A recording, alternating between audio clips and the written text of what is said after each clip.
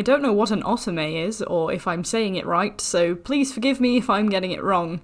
Seduce Me is an adult visual novel, and by that I don't mean X-rated, I mean it has swears and talks about sex. About a bright 18-year-old in school whose father wants her to inherit the family toy-selling company after the death of her grandfather. She's also left his giant mansion, which is where she meets 5 sex demons who are unconscious and dying on her floor when she first meets them. But despite being incredibly intelligent, she decides not to call an ambulance or to first assume they are injured and are victims, but instead to assume that they are both alive and intruders despite their bleeding, and get angry that they are dying on her floor and yell at them instead. It's sort of a dating game as well, and basically it's like 15-year-old Susie's first Wattpad teenage fantasy romance story that involves a lot of hot anime men, each with specific roles and character traits, and who are demons and who have magic powers. Or so it seems at first.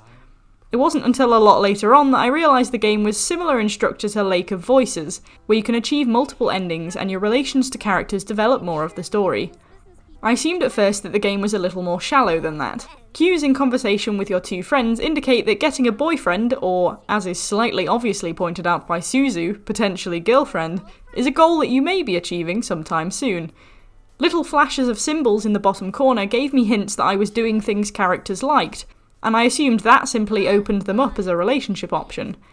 However, it also opens them up as devices to discover more of the bigger picture. You have James, the nerdy elder brother that is intelligent and keeps the others in line. You have Eric, the hopeless flirt. Damien, the quiet one that can read all your thoughts. Sam, the angry gremlin. And Matthew, the ditzy, cutesy one with the ability to create the next iteration of Chucky. Alongside you have your 2 friends, Naomi and Suzu. One is sweet and gentle and caring and proper, has an exceptional smug face, and for some weird reason wears a bow around her waist.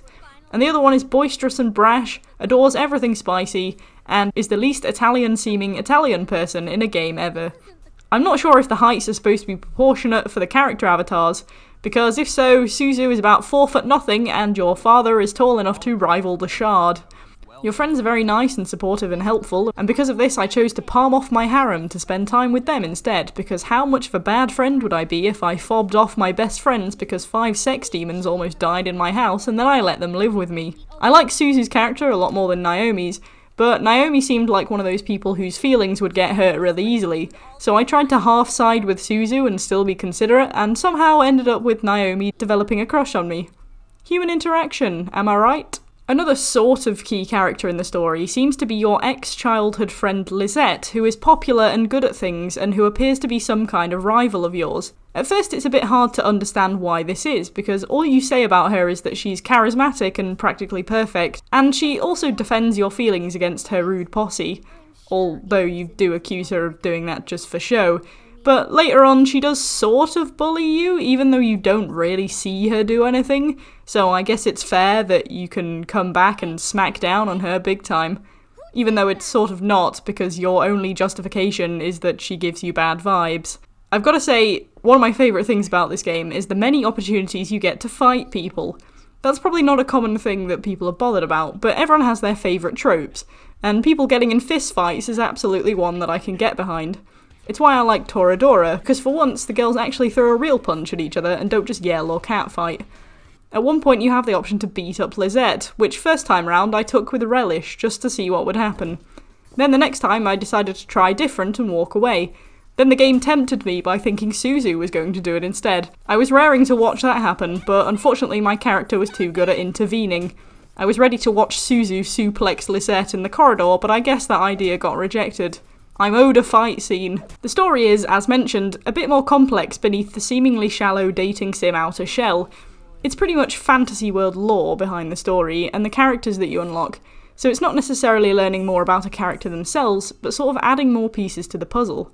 The story is a pseudo-cheesy supernatural and human Wattpad fanfic, but mixed in with a coming-of-age / what the hell do I do with my future conundrum and a teen dating game. It's a bit of an odd mix, and sometimes you lose a bit of one in the other. Like, parts where you delve more into the supernatural, you get less and less exposure to your friends and your focus on your future. This can be a little confusing as to where the story is going, but really, the game sort of tells you that itself. Once you learn more about the supernatural, it changes your world, and you can't have everything all at once. Your priorities and your interests change. Plus, the story will alter its course depending on what you choose, obviously. So if you direct your own focus towards the dating sim side of things, the game will appear more like that. You get the point. I think it does warrant replaying and choosing different options, since I think a sole playthrough of one storyline and one ending might leave you a little confused. But don't worry, because you can quick skip the stuff that you've already done, so you don't have to be there for years. One thing I will bash in the story though, is that in the beginning of the story they drop lots of hints about the thing that happened to your character. You don't get much insight, so it sort of gives you a character chase.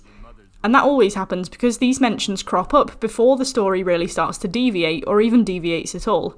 But it's very easy to lose that carrot and end up finishing the game having not found out anything about the thing, other than that it really didn't matter that much to the story whether you found out about it or not. My advice is, if you're going to add in a hook that everyone will be shown, and you know your story will spiderweb, at least try and make that hook relevant in all the storylines, because it will give you a reason to include it and will stop it getting lost. If you make it pertinent to the story, no matter where it goes, you can re-dangle the carrot later on and go, hey, now you spent a bit of time getting threatened by demons, would you like to try and find out about the thing? And avoid your mentioning it in the first place being negligible. The voice acting in general was pretty well done. There were a few slightly iffy moments, and also the way that Mrs. Anderson says the name Naomi made my spine tingle a bit, but I can't quite tell what her accent was, and I think it's just a product of that, so I'm not criticising. It was just a bit weird when I heard it. I think Malix's voice actor in particular did a really good job. There was a lot of enthusiasm in those evil laughs. And Diana, the Incubi brothers, Suzu and Naomi's voices also had some shining moments as well. I think it was a questionable choice not to include a voice actor for your own character. I know sometimes it might be hard with so many speech options, but they did a decent job of working around a person choosing their own character name. So if it said, "What do you think, Rover?" they would just skip out the name. So I reckon if they wanted, they could have added a protagonist voiceover. A particular point I noticed this was the first argument you have with your father. Unlike some other tense scenes, like where you fight with Lisette, there was no background music to this argument. So you had your father's emotive voice arguing, no background noise, and a noticeable void where your own speech was. It just felt a little bit disjointing. Even a background track would have padded that out a bit, because it did work in other scenes. The music was generally fitting and supported the tone pretty well, other than in the parts where there was none.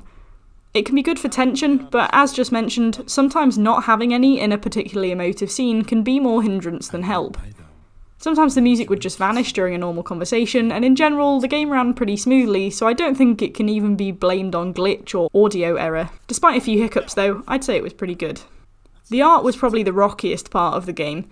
Backgrounds were no problem, they were fine, and don't get me wrong, I'm not saying that the art was bad by any stretch of the imagination.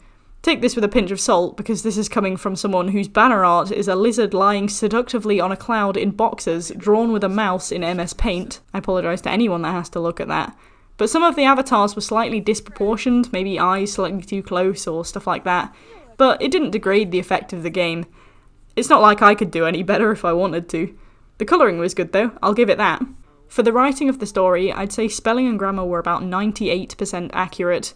There were a few bumps and also one point where Diana went rogue and said something that wasn't written in the script, but generally the story was well written, and I was quite impressed with the use of the word soporific within the first few minutes of the game. There were a couple of times with Naomi's lines where she said two very similar things after each other, like, "I can't imagine how you're feeling right now, do you want us to come over right now?"